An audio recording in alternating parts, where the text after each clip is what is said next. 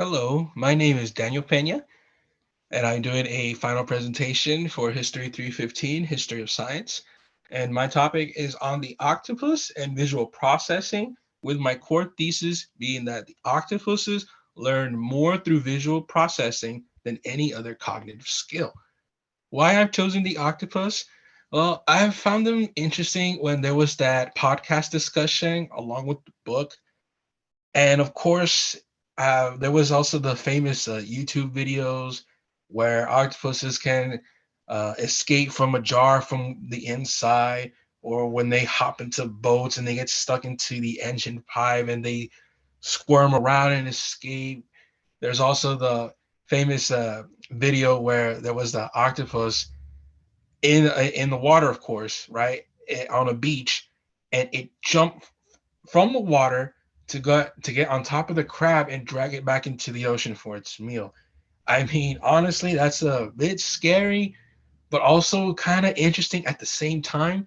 So that is why I have chosen this creature and topic.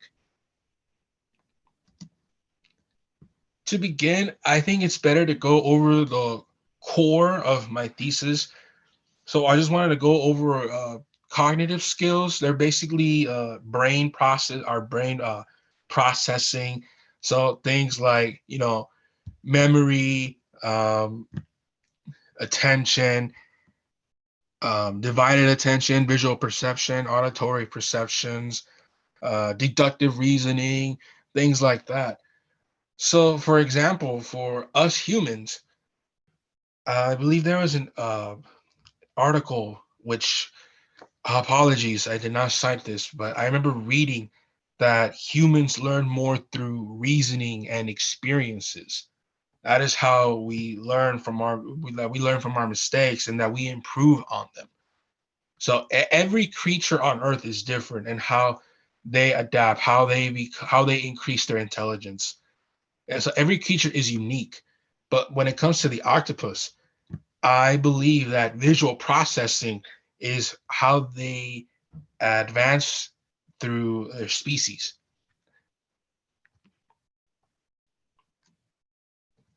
But so with this skill of visual processing, I will go over through their environment, their their hunting and prey decision making, also their defense mechanisms, and of course a visual experiment which I found really interesting and I do have to share for this video.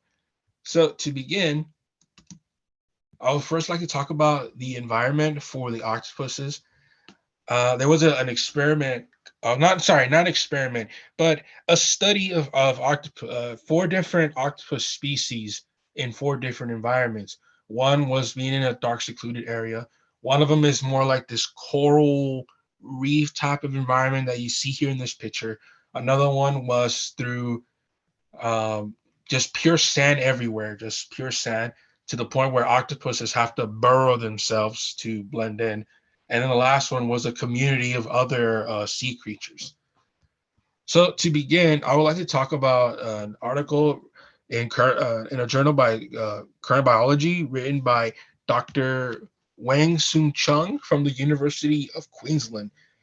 He states that the brains of octopods change and adapt through certain environments, which allows the octopuses to make critical survival decisions. So, what he means by that is that by each environment, the brain of the octopus changes. It changes shapes and size. And but why does it lead to that change? That changes so it can adapt to its current environment to make the right critical decisions. So, for example, in the octopus with the dark secluded area, the shape really began to, like, I would say, bend. I should have included that as an image. It's like the brain like was bending a bit. So the reason for that is because the octopus now has to is in a very simple minded environment. There's not enough light, so it has a choice. It can either stay in that dark part of the ocean with no light, or it can move towards it. The same thing. Another brain change here was also here. It's more like instead of bending, it was more like I would say stabilize. Like again, apologies. I should have included that as the picture of the brain there. So like through certain environments, the brain changes, and that is crucial because it makes the octopus's brain process saying, okay, how am I gonna survive? How am I gonna get my food, or how am I gonna protect my territory? Things like that, which goes into my next slide, being hunting and survival. This picture is really really cool. To be honest, I don't think it's a real picture. To be honest, now that I think about it, but like I said, I should have included the one where the octopus jumped on the crab, which you can actually Google. You can Google it, that picture.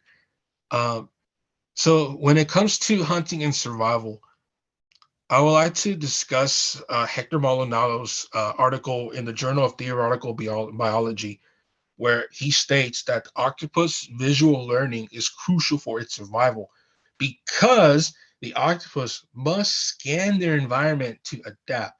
Once they scan the environment, they have two choices. They can either retreat or attack.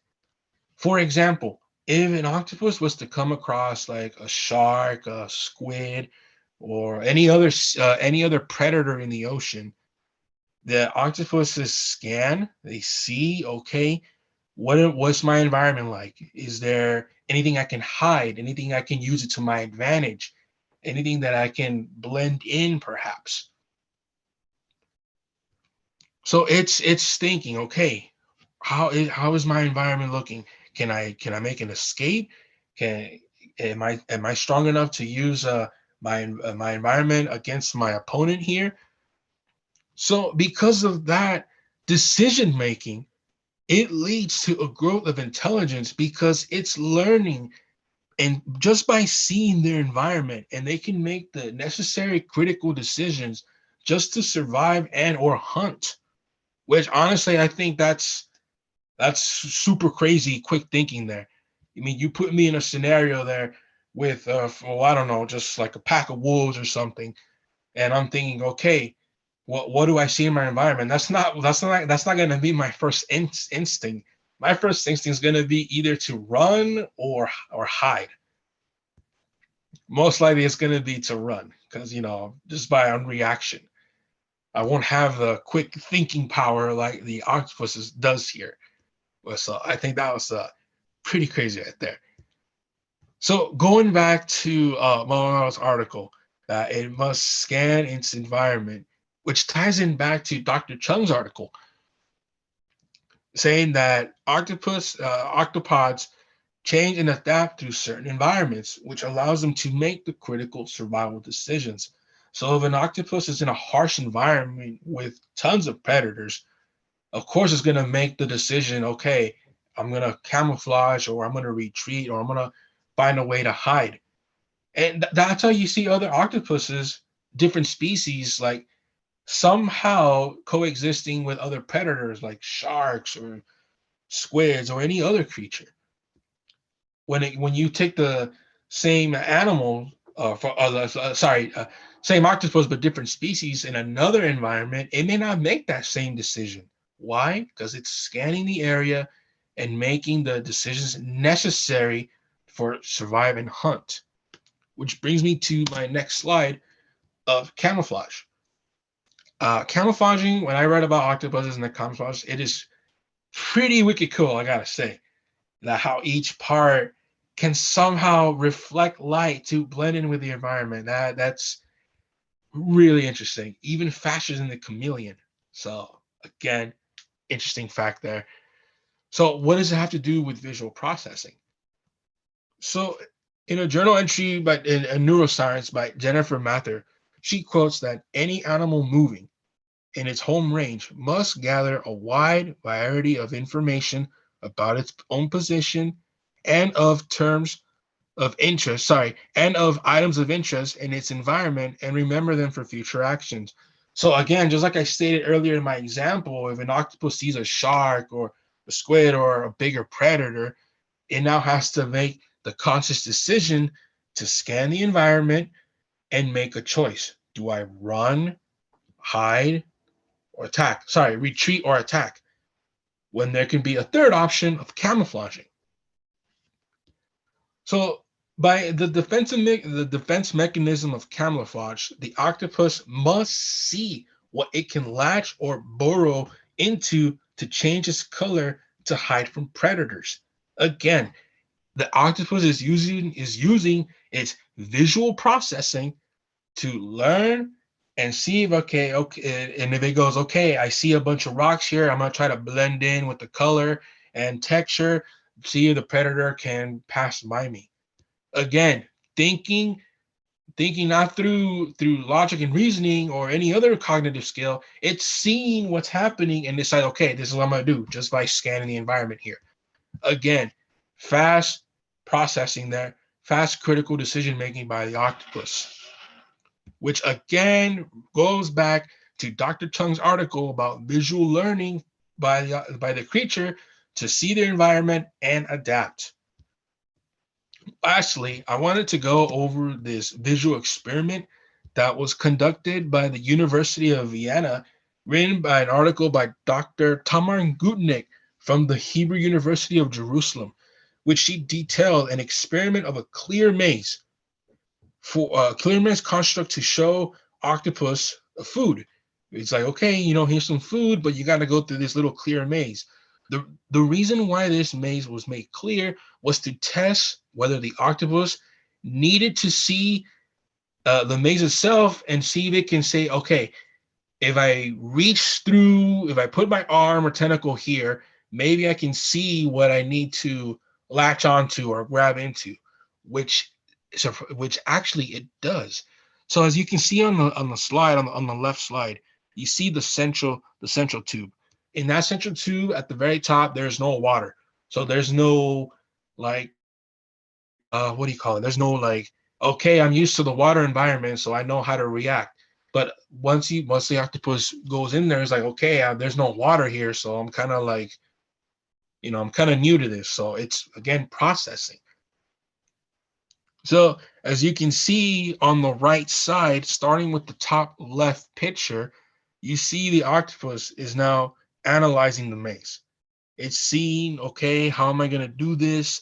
I'm visualizing, how can I do this? And at the bottom left, it's decided, okay, I'm gonna go through this position and I'm gonna put my arm tentacle through the tube, which you see, and at the middle picture here, which you see it's a straight shot upwards to grab its food. And at the top right, you see that the octopus is actually retrieving the food now, as you can see the retraction from the top right to the bottom right, which at the end it shows that the full retraction of retrieving the food. Again, it just further proves, or I would argue that it further strengthens the my thesis that octopuses learn more through visual processing than any other cognitive skill. So that is my presentation. I would like to give a credit to these references here. I've actually learned a lot more than I should have, and I wish I could have like added more images, more pictures, but I didn't want to make the presentation bloated too much. So I would like to say thank you for watching and listening, and have a good rest of your day.